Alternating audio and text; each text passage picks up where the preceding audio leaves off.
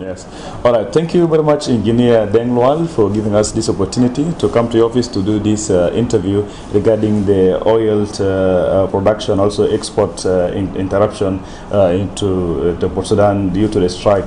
So the first question I would like to ask, can you give us an overview of the current status of South Sudan oil production? Thank you for having me, iRadio, and thank you for viewers of iRadio and all the publics. South Sudan have 3 oil producing blocks. One of the major producing block is Block 3 and 7, which is in Poluj oil field. It's currently producing 110 from Palm Station 1. When we export it to Jebelain CPF, Central Processing, then from there they will process. The water cut will be removed. Then the number of barrels will be reduced because of water percentage, water content that still contain one. Because what we are doing we have what we call field production facilities. What is in Jebelain, we call it central processing. This is the final where we process the oil, we remove the impurities, and the water. We have certain percentage to meet international export and standard, which is 0.5 water content. Then will be pumped to marine terminal. This is one of the field, and the second field is block 1, 2, and 4, which is the Unity oil field. We call it Unity oil field, and this field is producing currently average of 50,000 barrels per day. As export, and is now producing. We have third field, which is, we call it Tarjas oil field, in block 5A, we call it. This Tarjas oil field is producing currently 10,000 barrels per day. Block 5A is the only block that has central processing facilities in South Sudan. The oil is processed and sent to HLH for the export. Thank you for this wonderful information. I would like to give us previously, people have had a good news about the oil that has already reached Port Sudan, but there was kind of a strike that occurred. So, can you give us a status of how is the South Sudan oil flow is being affected or is not affected by the current strike? And we had the Sudanese writing a letter to South Sudan that the oil is being affected. What is the status as currently? Yeah, Ministry of Petroleum is working closely with Ministry of Energy and Petroleum of Republic of Sudan to settle the matter, and hopefully it would not reach to the stage of the putting the shutdown plan in action, as it was mentioned in the letter that was sent from the Ministry of Energy and Petroleum of Sudan. Yeah, so we are closely working with stakeholders to address the issues. And how has the recent strike in Port Sudan affected the flow and export of South Sudan crude oil? Actually, what have happened is just the attack was on the substation, as it has been mentioned by the letter that was sent from Sudan side. The impact is about the safety of engineers and passage of the oil material. But currently oil facilities along the pipeline are safe. In terms of logistics, what specific logistic or operation that have been affected by or interrupted by this strike, as mentioned by Sudanese part? I think mainly we have critical material like chemical. We import the chemical through the Port Sudan, and we import also diesel, and most of the oil material are imported through the Port Sudan because it's close to the oil fields. And after the crisis started in 2023, we have faced a lot of challenges actually, and which sometimes the company reroute some material through the port of Mombasa, and which is more costly than import the material through the Port Sudan because of distance. Because from Mombasa is distant in longs, and we have issues of the infrastructure that are connecting to oil field.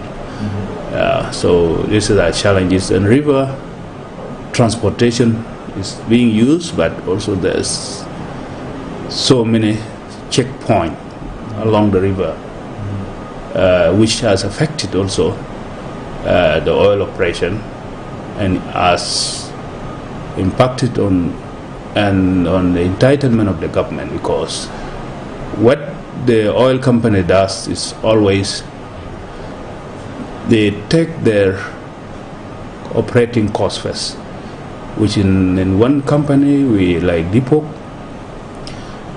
the percentage of the operating cost is 45% of the total production. If the operating cost is higher, then what will remain is what will be divided with the government. Government will get less entitlement.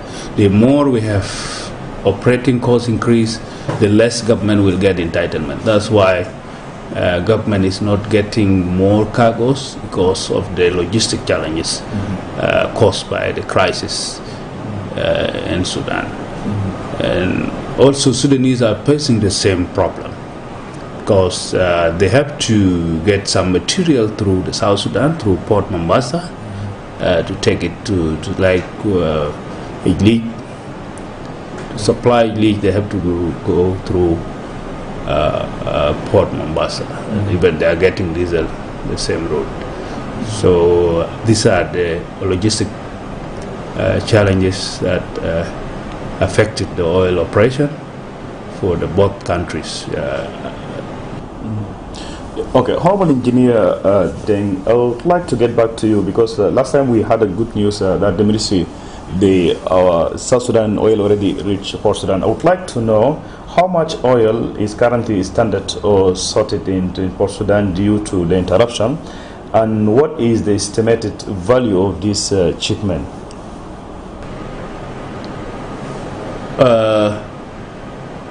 Currently, I think there's no oil stranded in the Port Sudan. It's only there are oil material that they are the one stranded in Port Sudan. Material like chemical, production chemical, and we have fuel. These are the material that is stranded. But about the oil, the export was only for 2 days that the vessel did not manage to come. They declined during the attacks time, but after 2 days the vessel they came and they started the loading of Do you know the amount, how much? It was a cargo that is belong to the partners. For partners, when we talk about partners, These are partners of Block 3 and 7. Partners are Nile Operation Company, CNPC, China National Petroleum Corporation. Sinopec is a Chinese company also, is a partner, and Tri-Ocean is an Egyptian company. These are the partners. The cargo was belonged to the partners, but they managed to load that after we. Can you give us, we want to talk about cargo, how many barrel in your cargo, so that because you talk about Block 3 and 7, which according to your statement earlier produce 110 barrel per day. So how many cargo are we talking about currently, so that we understand?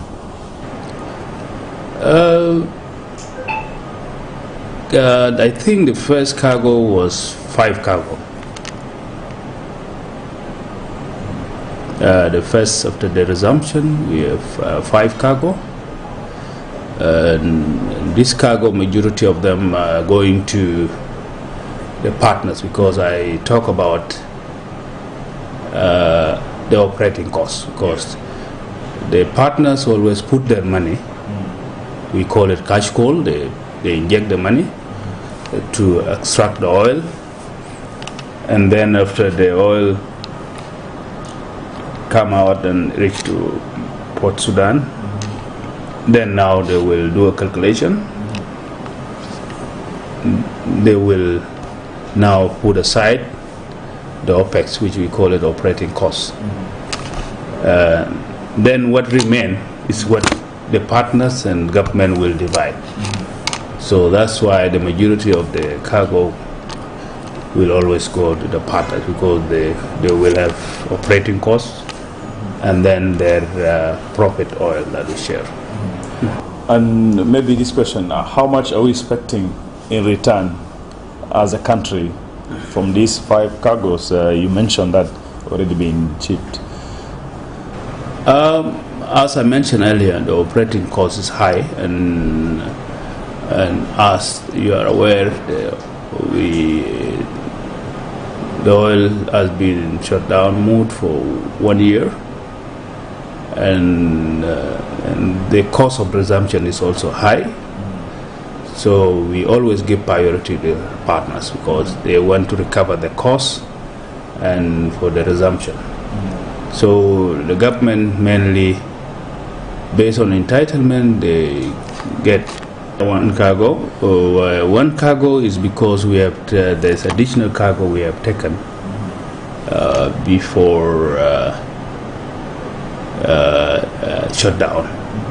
When government is a critical situation, sometimes we ask to take additional, or we call it overlifting. Then when we resume, then they will take, after every month they can take that that portion of the oil that they have taken, we have taken to pay back the partners. All right, and also maybe you'd like, maybe if you can clarify the arrangement between Sudan and South Sudan regarding the use of Port Sudan and the pipeline, because there is this kind of issue of political instability in Sudan. So do we have any arrangement between the 2 countries in regard to the use of Port Sudan and the pipeline? Yeah, we have. There is arrangement we have with Sudan, between the Ministry of Petroleum South Sudan and Ministry of Energy of Petroleum. We had agreed to do a facilitation of the passage of the oil material and engineer and staff that are working in between 2 countries in the oil field, so, and along the pipelines. That's the arrangement we have. So now Sudan is still at war. There is no any cessation of hostilities or ceasefire. So concerning the security of pipeline and the flow of oil, what is the government through the Ministry of Petroleum is doing so that to assure the partners that the oil will flow without any interruption? Because we've been seeing for several times the pipeline being attacked, sometimes being interrupted, and then they strike in Port Sudan. How is it going to be? The government is putting effort on engaging the stakeholders to protect the pipeline and to protect also the engineer and personnel that are operating. So mainly there are efforts being done by the leadership of the country to make sure the pipeline is safe. And also, maybe I would like to ask this question: are there any plan for oil exploration projects in new blocks? If so, which blocks and when are they expected to begin? There are ongoing plan actually for the new oil blocks. There's a South African company who is partner with NilePet. We call it Nile Orange. Now it's working doing exploration activities.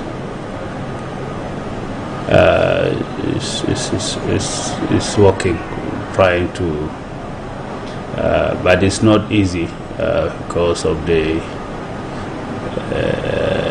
energy transition issue. Most of the investors that in the upstream, especially oil and gas, because it's capital intensive.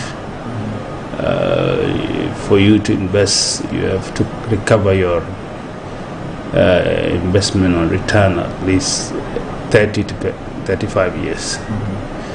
So the issues of climate change and the oil price at up and downs, most of the investors are reluctant. And because the banks especially nowadays, the investment support is only on the renewable energies, so they are not much on the hydrocarbon investment. This is one of the challenges that is facing oil and gas companies for the new investment. Yes, I would like to get back to you a little bit about the issue of the cargo, which we talked about earlier. So my question will be about, I would like to know what is the current price of South Sudan receiving per barrel, and how does this compare to the international crude benchmark?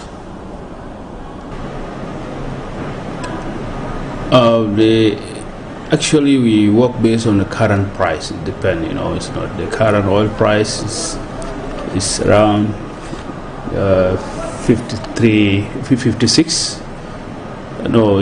Sorry, 63, 64, right? It's not fixed. It's in the range of 60, 53, 54. So we always follow the international practices based on international price. That's what. And can you give us an estimate how much are we expecting it to get from that one cargo you talked about it? Because 5 and then 4 will go to how much if we can give you an estimate how much the government will receive for this or South Sudan. That arrangement, my role is to produce the oil. Yes. But when I sell it, I don't talk about the money, I talk about the barrels. Yes. So it's the Minister of Finance that is responsible how much that will come, and the central bank that the one will receive that amount. Yeah. And is there any efforts maybe underway to refine our crude oil domestically to reduce the line of oil imports? Because I know there was a plan in Tangrial, if I'm not mistaken, There was also a plan of a refinery in Unity State and also in Upper Nile, if I'm not mistaken. Do we have any plan in the Ministry of Petroleum? Yes, there was a plan, actually. Deng Lual in 2012. Yeah. But the investors, that came to invest in the oil refinery, he came and he started the process. We have signed the concession agreement. It was BOT, Bill Operation Transfer. It was the nature of the agreement, and because of the 2013 crisis, the investor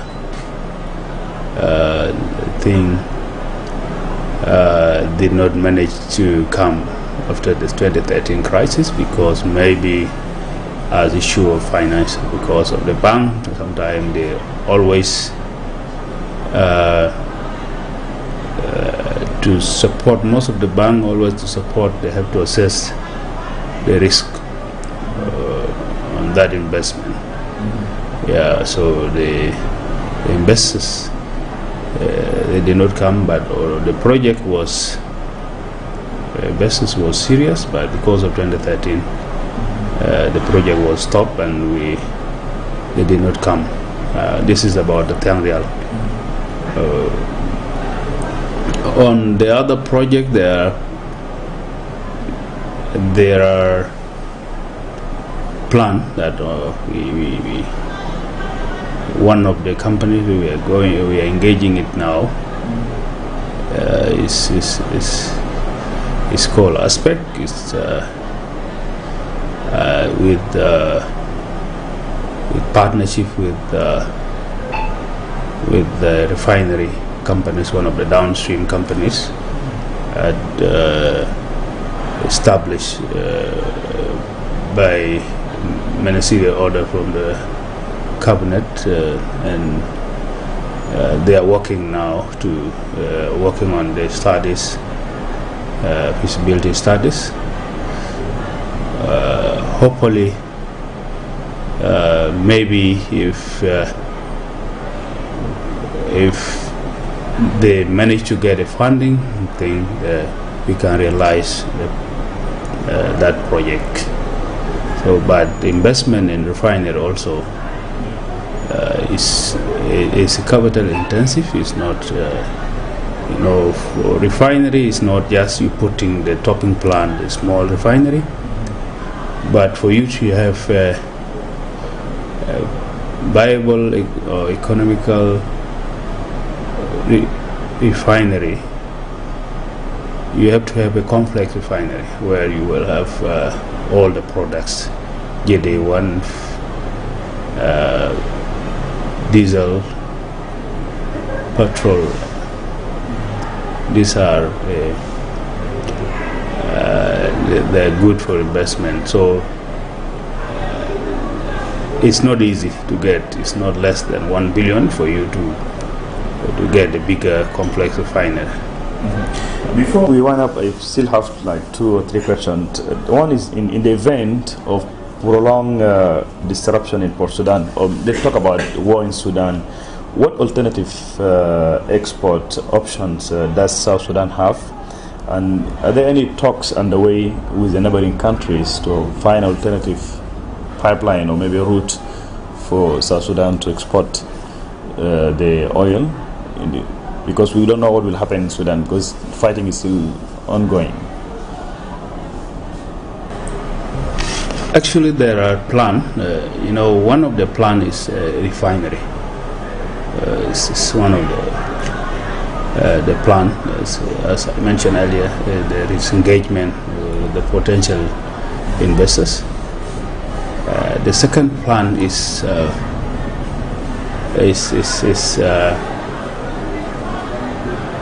alternative pipeline. But alternative pipeline is connected with the reserve. You have to have enough reserve, so it's require exploration activities to have new discoveries. And oil pipeline, especially cross-border pipeline, are done by investors because they are capital intensive, and that's why it's very challenging at the moment, while the issues of energy transition, because for the investors has to look how he can recover his investment. And reserve also, and the future of the oil. So if people are moving to renewable energy, it's one of the challenges. But about reserve, I remember the first vice president said it in one of the forum that we have like about 1 million reserve oil underground, if I'm not mistaken, if I can quote. It's there, but we have to conduct the studies. The studies are not done, and for the investors, you have to have a credible, proven reserve. We have reserve, you can call it reserve, and proven reserve, where you are sure there's oil after the studies. If there are no proper study, then the investors has to look for the study, because we have oil in South Sudan, we have a reserve, but it's not a proper reserve. It has to be, the study has to be done with a credible company. Then based on that, the investors will. And how much do we have proven reserve currently? Proven reserve,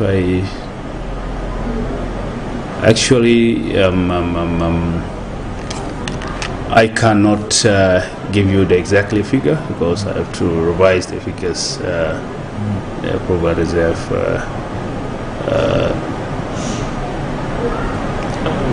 But it's based on the current. It may not be enough for us to construct a new refinery unless we have. But we have oil. I have assurance we have oil, but we have to do more exploration activities.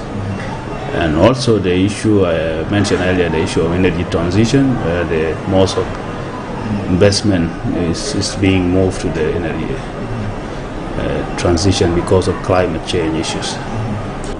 Yes. And lastly, what is your message to international oil buyers and partners concerning about the stability in oil export, the one for South Sudan?